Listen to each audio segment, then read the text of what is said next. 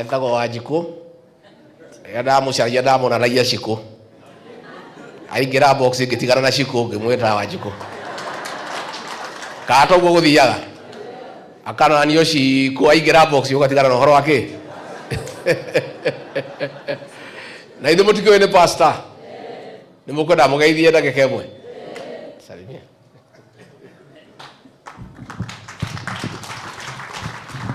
Bwana asifiwe.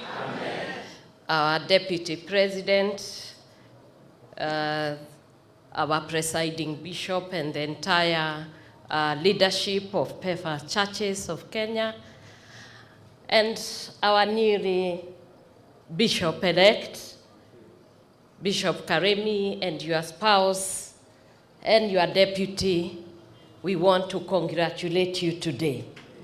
May God guide you, may God give you strength, and may God give you the territory.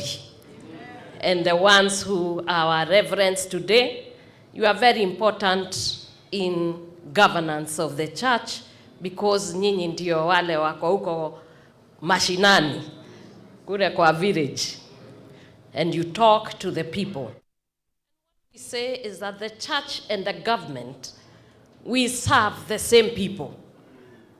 We serve the men and the women, and we also pass on the roads they have talked about. We are also the farmers, and therefore, as our bishop has given the word, that you have been given that ordination, not for the name's sake, not for status, but for service. To be able to stand up for your people and speak the truth.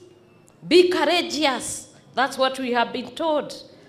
Obey diligently the word of God and preach it as it is without diluting it. Be firm and stand for the Church of Jesus Christ.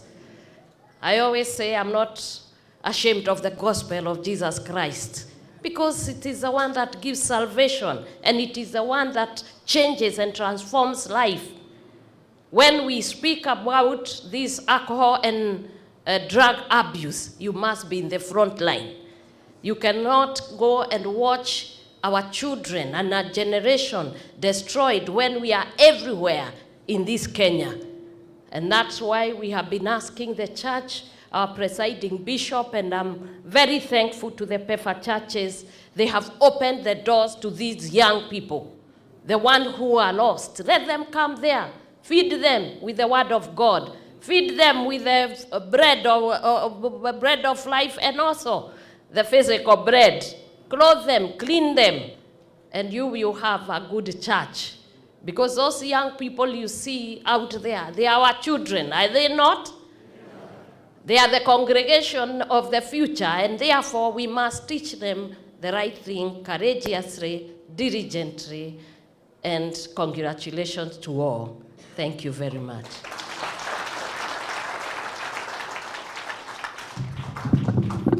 Asanteni sana. Askofu mkuu, sisi tunataka kuomba ruhusa kwa sababu tuko na mkutano Nairobi. Maybe Rose tukiambiwa tupeane zawadi kwa askofu ndio tupewe nafasi tuweze kukimbia kwa sababu tunangojewa Nairobi. What do we do?